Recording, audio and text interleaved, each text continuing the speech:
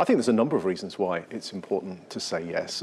One of the reasons primarily is in today's organizations. There's no longer the opportunity to play the I'm the boss card. Organizations are flatter, our networks are more disparate, and so a big part of getting business done and getting business done successfully these days is to be able to engage with people and get them to want to move in your direction when there are no formal hierarchical structures or organizational positions that are in place. And so in those contexts, really the ability to influence and persuade others is going to be core to anyone's success. Persuasion scientists have been studying the influence process for close to 70 years now, but it's probably only these last 5 or 6 years where it's especially come to prominence, and I think there's several reasons for that. The first is that the traditional approaches that we take to influencing and persuading others, which are informing people into change or educating them into change or creating laws and legislation that force people to behave in ways, are no longer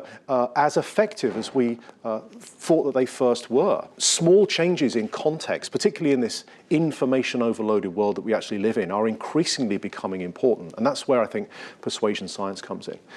There's a second reason as well, is that these last 4 or 5 years, persuasion science has moved out of the laboratory and muddied its hands, so to speak, in the field. We're doing more and more experiments in real life settings. So there is not only good theory behind what we do, but there's now relevant, practical, actionable takeaways that anyone can learn and apply. And I think for those two reasons in particular, more and more people are becoming interested in how they can effectively and ethically influence and persuade others. There are thousands and thousands of different ways in which we can apply persuasion science and research to our everyday challenges, but fortunately there's only a handful of universal principles. There are only 6, and so if we can understand how each of those principles work and apply them just by making small changes, that's an important thing that we can do straight away. I think a second thing that we can do is to focus on the small.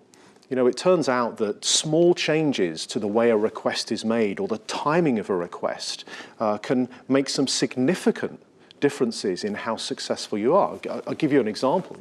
This idea that we follow the lead of many others is a really good example of how a simple change in message. We changed the letters on tax returns, for example, and showed that more people are willing to submit a tax return if they learn that others in their neighborhood have already paid their taxes. That's a very small change informed from a scientific insight that led to, in this case, hundreds of millions of pounds of additional collection. So I think a focus on the small and just learn the basics of persuasion science are 2 important and easy steps that anyone can take.